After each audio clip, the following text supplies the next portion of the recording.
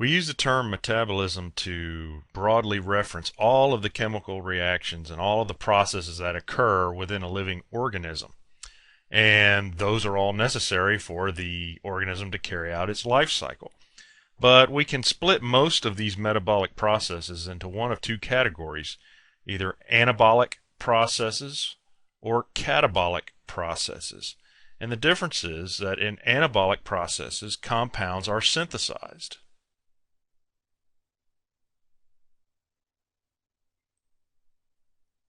They're synthesized or made, we could say.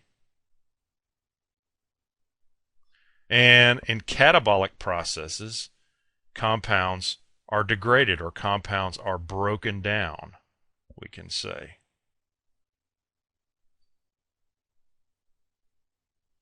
And in recent years and decades, I guess you could say, there's been quite a bit of this first term in the news in the form of anabolic steroids. And one way just to remember between the two is athletes, for example, or bodybuilders, or whatever the case may be, have been known to take what are referred to as anabolic steroids, growth hormones, and they are used typically to build strength, to build muscle mass. In other words, to synthesize muscle.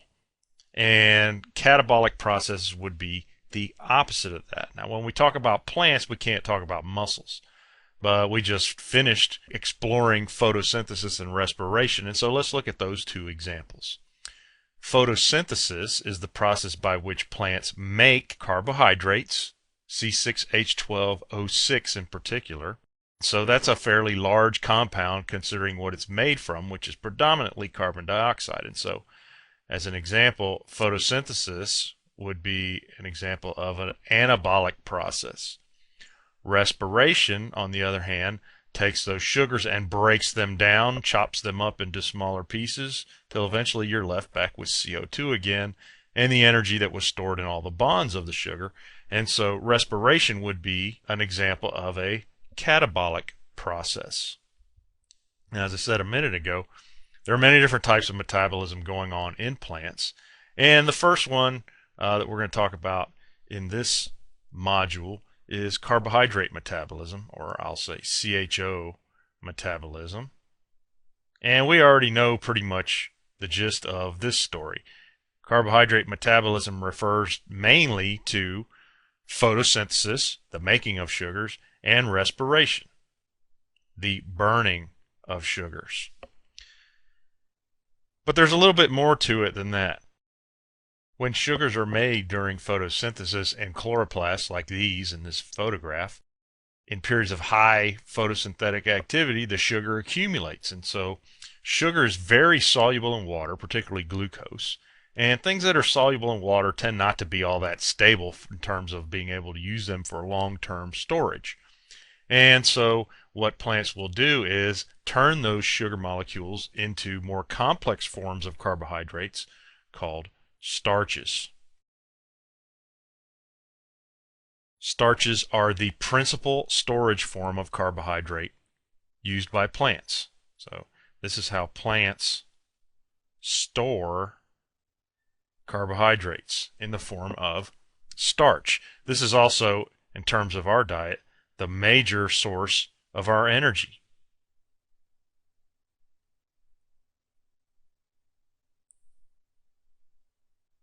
For humans, let's say. And again, this on the right is a photo of some chloroplasts, and these dark spherical shapes are starch grains as sugars accumulate within these chloroplasts in the stroma. And like we said here, this is the major source of energy for humans. And in this case, I'm referring to corn in this photograph, and corn grains themselves are mostly starches. Now, plants don't grow these grains for our benefit because they, would like to provide us with carbohydrate. We just happen to take advantage of the fact that plants themselves store carbohydrate, oftentimes in their seeds, as a means of storing energy for a young seedling to use down the road if successfully germinated in the wild.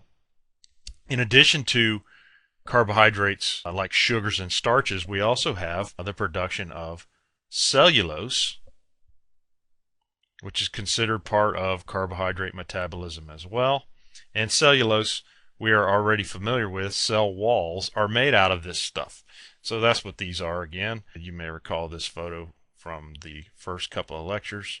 Cell walls, once again, are made out of this stuff, out of cellulose. And the reason cellulose is so good for a plant to make cell walls out of is that the way that the bonds are put together, and by the way, cellulose is made out of exactly the same stuff that starches are made out of. They're both made out of sugars. But cellulose bonds between sugar molecules are positioned differently than they are in starches. They're positioned in such a way that makes cellulose very insoluble in water. They're so insoluble, in fact, that there are very few organisms in the world that can even break them down and get at the energy that's stored in the sugar molecules that makes up this stuff. Humans cannot digest and get much energy out of cellulose whatsoever. And so this just makes it a very good, the fact that it's so insoluble, it makes it a very good structural component or substance to make structural components out of if you're a plant. So, carbohydrate metabolism is sugar production in the form of photosynthesis and also the burning of sugars in respiration, but it also refers to storage forms of sugar, such as starches, and also structural forms of carbohydrate, such as cellulose. Plants also make a number of other products out of derivatives or intermediate products of photosynthesis, and a big category that we need to explore next are the lipids. Lipids, in general terms, when we say lipids, we're referring to either fats, waxes, or oils, and we'll start with talking about the fats.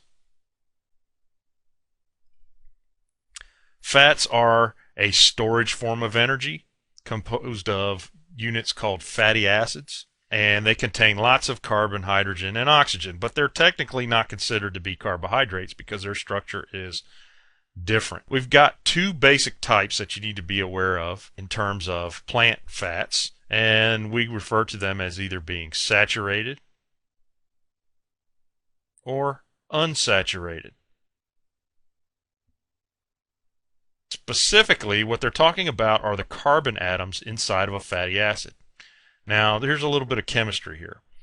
Carbon atoms are symbolized by the letter capital C, and carbon is an atom whose electron arrangement makes it possible for them to make bonds with up to as many as 4 other atoms, and so covalent bonds are depicted by these solid lines. So this just depicts a carbon making bonds with 4 other atoms.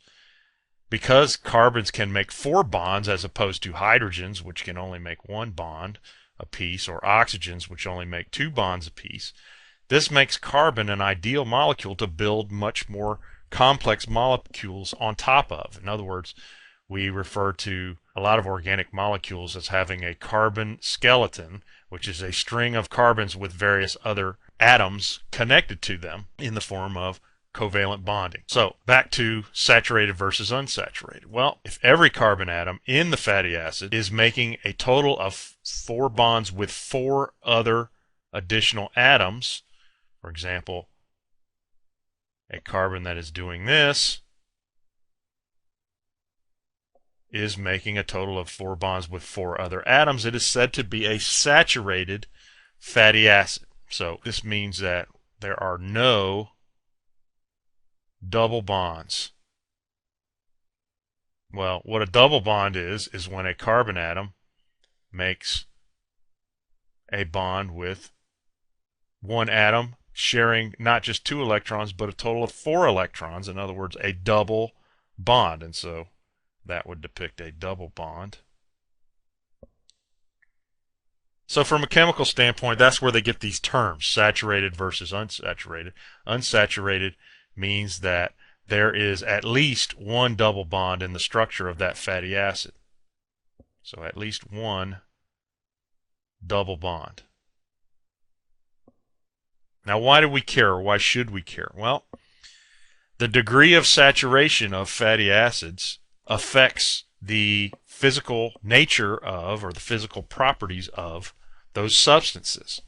And the lipids, or the fats that are most important to plants and to biology in general, are the phospholipids. You may recall that term.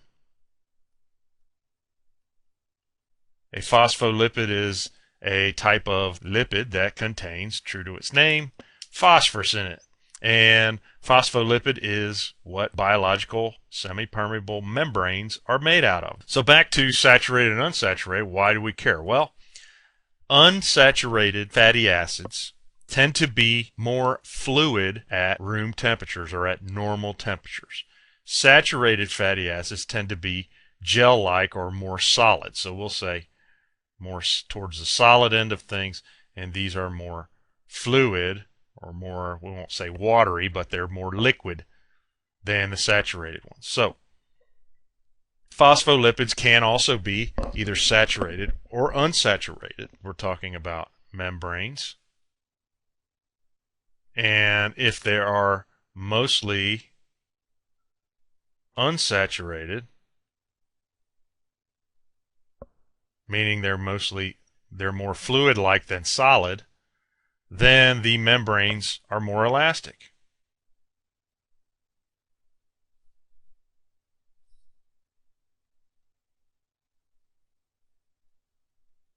Now, this really comes into play in terms of cold tolerance.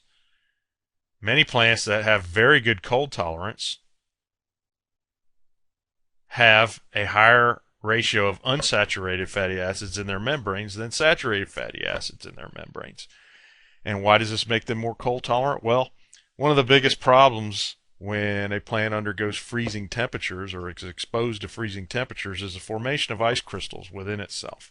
Those ice crystals are jagged at the edges, and they can tear through membranes that don't have the ability to stretch or to sort of roll with the punches, so to speak. And so these plants that do have more unsaturated phospholipids in their membranes are more elastic, and so they can stretch and change their shape to accommodate the formation of ice crystals. And so it takes a lot colder temperatures to permanently damage their tissues, as opposed to plants that have more of the saturated type fatty acids in their membranes. The next category of lipids, and this will be a short explanation, are the waxes. And plants primarily use waxes to create what's known as a cuticle layer. And the cuticle layer is that waterproof coating of wax on the surface of leaves. Okay, so we'll say leaf waterproofing. That's where the vast majority of these waxes are found in most plants, on the leaves.